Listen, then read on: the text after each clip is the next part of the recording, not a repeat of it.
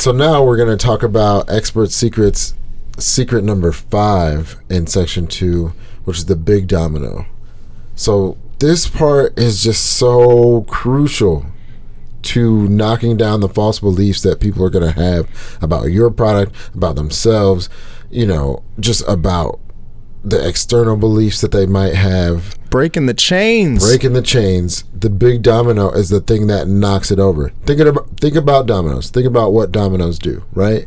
You have one domino in the beginning that sets everything else off, the chain reaction, right? And so that's why we call it the big domino, because we want it to be foolproof. We don't want it to miss the second domino and then the other ones don't go off.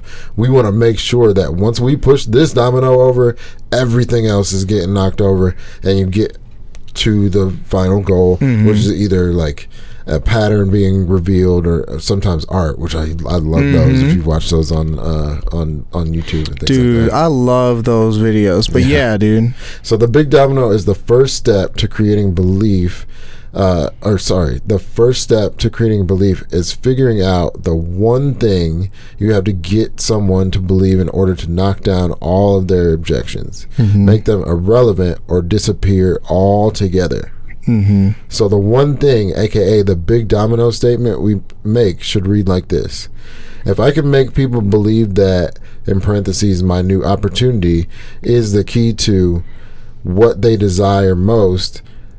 And this is also in parentheses, but I'm just going to read it without the parentheses. Yeah. If I can make people believe that my new opportunity is the key to what they desire most and is only attainable through my specific vehicle, then all other objections and concerns become irrelevant and they have to give me money. Right, exactly. The example is, if I can make people believe that funnels are the key to online business success and are only attainable through ClickFunnels, then all other objections and concerns become irrelevant and they have to give me money. Dude. Russell money. Right, exactly. But dude, I just think about how that relates to like the state of the world right now. But we're not gonna get into that. I could go. It's so political because we're recording this in the week of the election. So the 2020 election. Yeah, but, the 2020 but election. it is interesting. The concept is interesting. If I can get people to believe that this is a thing, then they will have no other choice but to buy into it. Like, that's the concept. That's the basic concept. And it's just really interesting to me because that started, anybody that's currently watching this, that started you on watching this video. You are in a point where you're trying to figure out what's going on with what you're doing. If you can relate to needing outside help to keep you motivated or kickstart whatever you're doing or to keep grow. Exactly. So it's really, really important to be very firm on what you are trying to get across in your statements. Being intentional. That's been something that it's been part of a mantra that I've had for I would say since last year when we were talking about this year with the studio and stuff, right? So it's like content creation, you have to be intentional. You have to know exactly what you're trying to get across. The reason that some memes are as successful as they are is because they know exactly what message they want to send out. They don't necessarily randomly pick a picture to words.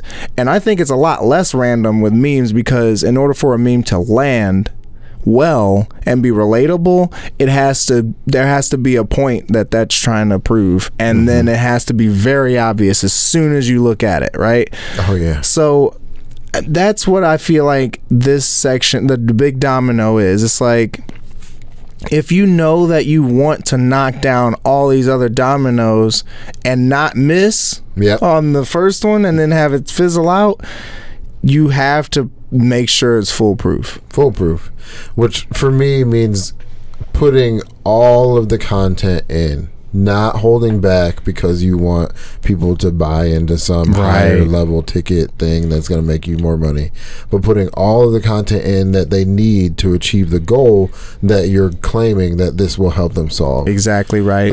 And then honestly, usually when you achieve one goal, there's a new problem presents itself. Exactly. So you understanding that process as the expert secrets, the person that went and learned and is bringing these ideas back to the people, then you know the next problem that's going to come up for them, and then maybe you have a product or service that helps them solve that problem. But don't hold it back. Give them everything that they need to get it done. And that is the big domino, and that's why your vehicle then becomes the big domino, because it's like, well, if you just push this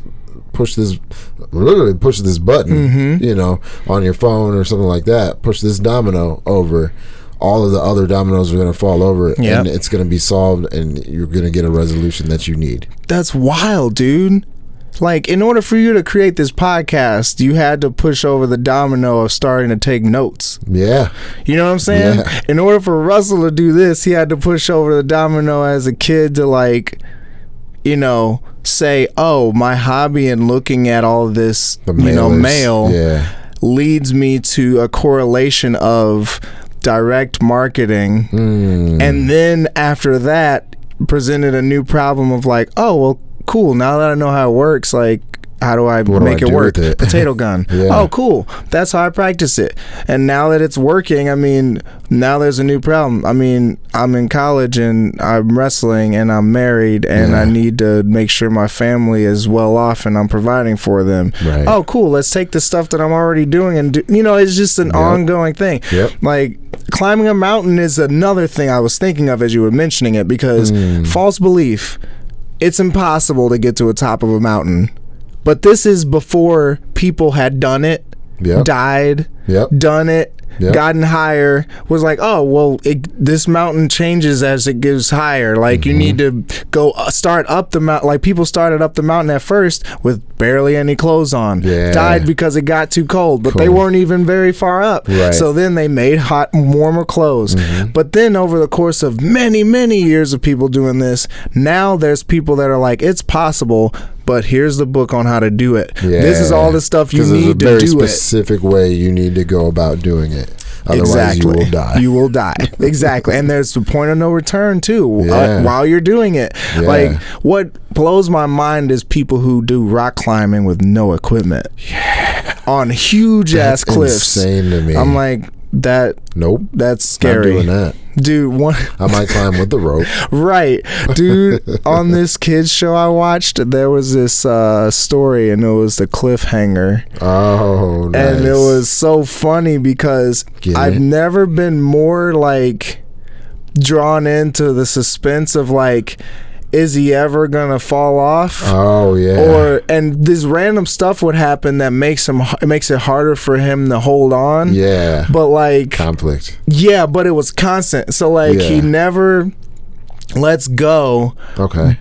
Unless like something happens and then he'll might fall. Four fingers and three something will happen and he'll fall and then grab it and then be like, oh, like, and he's constantly on the cliff of like random things will happen, but it was teaching you like words and stuff. And I never forget it. Cliffhanger hanging from a cliff and like this random stuff would happen. But that's why they're called cliffhangers in you know, cinema and in stories and in any story building. So